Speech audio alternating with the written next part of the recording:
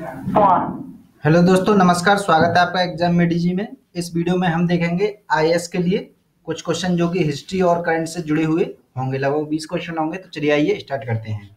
पहला क्वेश्चन है आपका, प्राचीन भारत के बौद्ध मठों में परवन नामक समारोह आयोजित किया जाता था। ये परवन नामक जो समारोह था वो क्या था एक्चुअल में? तो वो है आपका वर्षा ऋतु के दौरान मठों में प्रवास के समय भिक्षुओं द्वारा किए गए अपराधों को स्वीकारोक्ति का अवसर होता था। ये भिक्षु जो भी अपराध करते थे तो उसकी स्वीकृति के लिए पर्व जो है पर्वन मनाया जाता था। तो थोड़ा सा ध्यान में रखें, इस प्रकार से कल्चर से रिलेटिव क्वेश्चन है, ये आ सकता है बिल्कुल। दूसरा क्वेश्चन है आपका, अहमद शाह अब्दाली के भारत पर आक्रमण और पानीपत की तीसरी लड़ाई का तात्कालिक कारण क्या था एक्चुअल में? तो वो था आपका, वह मराठों द्वारा लाहौर से अपने वायसराय मैसूर तैमूर शाह को निष्कासन का बदला लेना चाहता था। कौन? अहमद शाह अब्दाली। तो ये भी ध्यान में रखें थोड़ा सा। नेक्स्ट क्वेश्चन है, निम्नलिखित में से कौन सा एक अन्य तीनों के सामायिक है, यानी कि कंटेम्प्रेरी, उस समय के समसामयिक नहीं है। सॉरी, ये नहीं है, थोड़ा कीवर्ड पे भी ध्यान में रखना है। ये पूछा है नहीं है, तो मिलिंद नहीं है। बाकी के आपको पता है, बिंबिसार बुद्ध काल के ही हैं और गौतम बुद्ध तो है ही है। प्रसेनजीत, ये तीनों ही एक ही समय के हैं, लेकिन मिलिंद जो है बाद के हैं। काफी मिलिंद पन्हो आपने सुनी होगी, बुक इन्हीं के द्वारा लिखी गई थी। तो ये इन तीनों के समसामयिक नहीं थे। नेक्स्ट देख लेते हैं।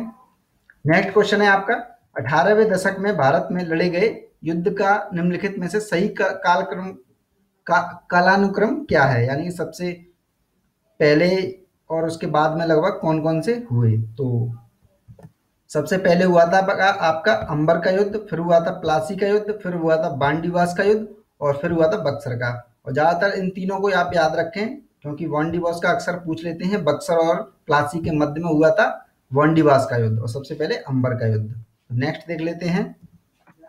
निम्नलिखित में कथन दिए गए हैं, उन पर विचार करना है और कौन सा सही है बताना है आपको।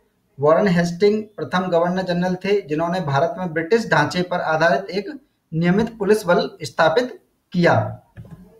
तो ये गलत है, इन्होंने पुलिस ढांचे को जो है स्थापित नहीं किया था। दूसरा स्टेटमेंट है, रेगुलेटिंग एक्ट 1973 ईस्वी द्वारा कलकत्ता में उच्च न्यायालय की स्थापना हुई थी, उच्चतम न्यायालय की। तो ये बिल्कुल सही है, आपको पता है एलिजा एमपीएस के पहले जो है न्यायाधीश थे मुख्य। और तीसरा स्टेटमेंट है, भारतीय दंड संहिता वर्ष 1960 में लागू हुई थी। तो ये भी सही है। तो यानी दूसरा और तीसरा स्टेटमेंट बिल्कुल सही है इसके। नेक्स्ट देख लेते हैं। देखिए नेक्स्ट क्वेश्चन है, निम्नलिखित कथनों पर विचार करना है। गवर्नमेंट ऑफ इंडिया एक्ट यानी 1935 ईस्वी से संबंधित है और इसमें से सही बताना है कौन सा स्टेटमेंट सही है। प्रांतीय सुशासन का उपबंध था इसमें, तो ये बिल्कुल सही है। प्रांतीय सुशासन जो कि द्वैत शासन लागू किया गया था 1919 में, लेकिन इसमें प्रांतीय शासन का उपबंध कर दिया था 1935 में। दूसरा स्टेटमेंट है, एक संघीय न्यायालय यानी फेडरल कोर्ट की स्थापना का उपबंध था, ये भी बिल्कुल सही है। तीसरा स्टेटमेंट है, केंद्र में अखिल भारतीय संघ का उपबंध था, तो ये भी बिल्कुल सही है। तो तीनों ही स्टेटमेंट, पहला दूसरा तीसरा, सही है। नेक्स्ट देख लेते हैं। देखिए नेक्स्ट क्वेश्चन है, कथन दिए गए सही बताना है कौन सा है। पहला स्टेटमेंट है, ईश्वर चंद्र विद्यासागर ने महिलाओं की शिक्षा को प्रोत्साहित करने के लिए के मुख्य उद्देश्य से कलकत्ता में बैथुन स्कूल की स्थापना करी। तो इसे आप ध्यान में रखें एक तरह से फैक्ट के रूप में भी, कि ईश्वर चंद्र विद्यासागर ने ही बैथुन स्कूल की स्थापना करी थी महिलाओं की शिक्षा को प्रोत्साहन करने के लिए। दूसरा स्टेटमेंट है आपका, बंकिम चंद्र चट्टोपाध्याय कलकत्ता विश्वविद्यालय के प्रथम स्नातक थे। तो ये भी स्टेटमेंट जो है बिल्कुल सही है, हालांकि इसके आने की थोड़े से कम चांसेस हैं, पहले स्टेटमेंट के चांस ज़्यादा हैं। इस प्रकार से क्वेश्चन नहीं पूछे जाते हैं कि प्रथम स्नातक कौन था और नहीं था, लेकिन ये पीसीएस के लिए थोड़ा इंपॉर्टेंट हो जाएगा। तीसरा स्टेटमेंट है आपका, केशव चंद्र सेन के सती प्रथा के विरुद्ध अभियान के फलस्वरूप तत्कालीन गवर्नर जनरल ने सती प्रथा पर प्रतिबंध के लिए कानून बनाया था। तो उस समय इन्होंने विरुद्ध अभियान तो चलाया था, लेकिन उस समय ये नहीं बना था कानून, तो ये ध्यान में रखना है। तो तीसरा स्टेटमेंट गलत हो जाता है, पहला और दूसरा स्टेटमेंट बिल्कुल सही है। नेक्स्ट देख लेते हैं। सन 1931 में कांग्रेस के कराची अधिवेशन में मूल अधिकारों यानी फंडामेंटल राइट्स का प्रस्ताव का प्रारूप निम्नलिखित में से किसने बनाया था? तो ये तो आपको पता होना चाहिए बिल्कुल। इसका आंसर क्या है बताइए आप। इसका आंसर है पंडित जवाहरलाल नेहरू। नेक्स्ट देख लेते हैं क्वेश्चन, निम्नलिखित में से कौन फेबियन आंदोलन का प्रस्तावक था, यानी फेबियन आंदोलन जो था वो किसके द्वारा चलाया गया था, तो ये चलाया गया था आपका एनी बेसेंट के द्वारा। फेबियन आंदोलन एक तरह से क्या होता है, महिलाओं के अधिकार से संबंधित चीजें होती हैं इसमें। तो नेक्स्ट देख लेते हैं, अक्टूबर 1920 में भारतीय कम्युनिस्ट पार्टी की स्थापना के लिए ताशकंद में एकत्रित हुए भारतीयों के समूह के मुखिया निम्नलिखित में से कौन थे, तो ये थोड़ा फैक्ट के रूप में आपको पता हो तो ज़्यादा बेहतर है। एम एन राय थे इसका आंसर, एम एन राय। ये पीसीएस के लिए इंपॉर्टेंट हो जाता है थोड़ा सा। नेक्स्ट देख लेते हैं, निम्नलिखित में से किसे राष्ट्रीय विरासत पशु के रूप में घोषित किया गया है, तो ये इसे आप ध्यान में रखें, आईएएस के लिए भी इंपॉर्टेंट है, पीसीएस के लिए भी। हाथी को विश्व विरासत पशु के रूप में घोषित किया गया, ये शायद 2009 के आसपास किया गया था, थोड़ा सा ध्यान में रखें, ऐसे ही क्वेश्चन आ जाते हैं। नेक्स्ट देख लेते हैं, देखिए नेक्स्ट क्वेश्चन है, भारतीय कृषि अनुसंधान संस्थान द्वारा विकसित एक सुपर ऑब्जर्वेंट यानी अति अवशोषक बहुलक पूसा हाइड्रोजेल निम्नलिखित में से किस में सहायता करता है, किस में सहायता, किसके लिए सहायक है ये इसका, तो ये आपका फसलों के जल उपयोग की दक्षता में सुधार करता है, यानी कि फसल में जो जल उपयोग होता है उसको एक तरह से कम जल में ही एक तरह से अधिक उत्पादन करने की क्षमता बढ़ा देता है ये, तो ये थोड़ा सा ध्यान में रखना इंपॉर्टेंट है आईएएस के लिए इस बार।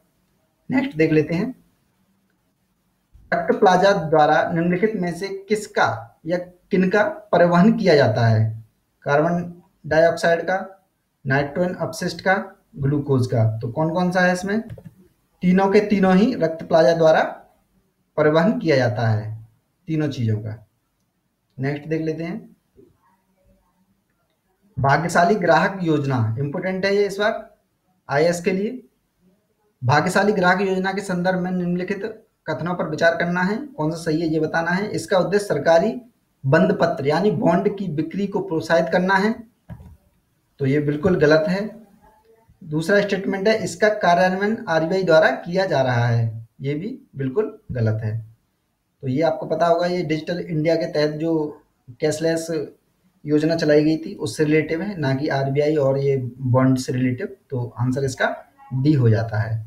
नेक्स्ट देख लेते हैं हम, हाल ही में शगुन वेब पोर्टल निम्नलिखित में से किस योजना के निरीक्षण के लिए लॉन्च किया गया है, तो शगुन से थोड़ा सा आप कंफ्यूज हो सकते हैं, कन्या वगैरह से रिलेटिव समझ सकते हैं शगुन, लेकिन ये है आपका सर्व शिक्षा अभियान से रिलेटिव वेब पोर्टल, तो इसे भी ध्यान में रखें, ऐसे क्वेश्चन आ जा रहे हैं आजकल आईएएस में और इम्पोर्टेंट भी है, थोड़ा सा जानकारी भी होनी चाहिए जागरूकता के तहत, एक तरह से दूसरे लोगों को भी आप बता सकते हो सर्व शिक्षा अभियान से रिलेटिव कौन सी चीज़ें हैं या वेब पोर्टल है, तो वो थोड़ी सी नॉलेज होनी चाहिए और मेंस में भी लिखने में ये थोड़ा सा अगर लिख देंगे तो थोड़ा सा ठीक रहता है। देखिए भीम ऐप का उद्देश्य क्या है, भीम ऐप बहुत ही चर्चित है, भारत सरकार का ऐप है ये, जो कि ऑनलाइन ट्रांजैक्शन के लिए एक तरह से सहायता करता है, आपको पता है। ये इसका उद्देश्य क्या है, इसका उद्देश्य है मोबाइल फ़ोन के माध्यम से द्रुत यानी तेज़ी से सुरक्षित और विश्वसनीय नकदी रहित भुगतान संभव करना। तो सिंपल क्वेश्चन है लेकिन आ सकता है, बिल्कुल बहुत ही ज़्यादा चर्चा में रहा था और ये एक तरह से भारत सरकार द्वारा बनाया गया है। नेक्स्ट क्वेश्चन है आपका, हाल ही में आरंभ किए गए स्पर्श कुष्ठ जागरूकता अभियान का उद्देश्य क्या है, तो इसका जो अभियान का उद्देश्य है वो आपका प्रारंभिक अवस्था में कुष्ठ रोग के निदान उपचार में सामुदायिक भागीदारी को बढ़ावा देना, तो ये सामुदायिक भागीदारी की बात करता है स्पर्श कुष्ठ जागरूकता अभियान, तो ये ध्यान में रखना है थोड़ा सा। नेक्स्ट देख लेते हैं, निम्नलिखित में से बैंक रन बहुत ही इंपॉर्टेंट है कि सर्वोत्तम व्याख्या किसके द्वारा की जाती है, तो इसका आंसर जो है यह ऐसी स्थिति है, बैंक रन क्या है इसके बारे में देख रहे हैं हम, यह ऐसी स्थिति है जब बैंक के ग्राहकों की एक बड़ी संख्या अपनी जमा धनराशि को एक साथ वापस निकालती है। जैसे मान लीजिए कोई बैंक है, अगर ऐसी अफवाह फैल गई कि उस बैंक में अब पैसा ही नहीं रहा है, यानी कि बहुत सारे लोगों ने लोन ले लिया और उस बैंक में पैसा ही नहीं बचा है, तो अफवाह फैल गई कि उस बैंक में पैसा नहीं है, तो फिर क्या करेंगे, जो अन्य ग्राहक होंगे वो भी एक तरह से अपना पैसा निकालने के लिए सारे लोग उस बैंक में चले जाएंगे, जिससे क्या होगा, एक तरह से विपत्ति की स्थिति आ जाएगी, तो यही स्थिति एक तरह से बैंक रन कहलाती है। डिजिसाला क्या है ये? डिजिसाला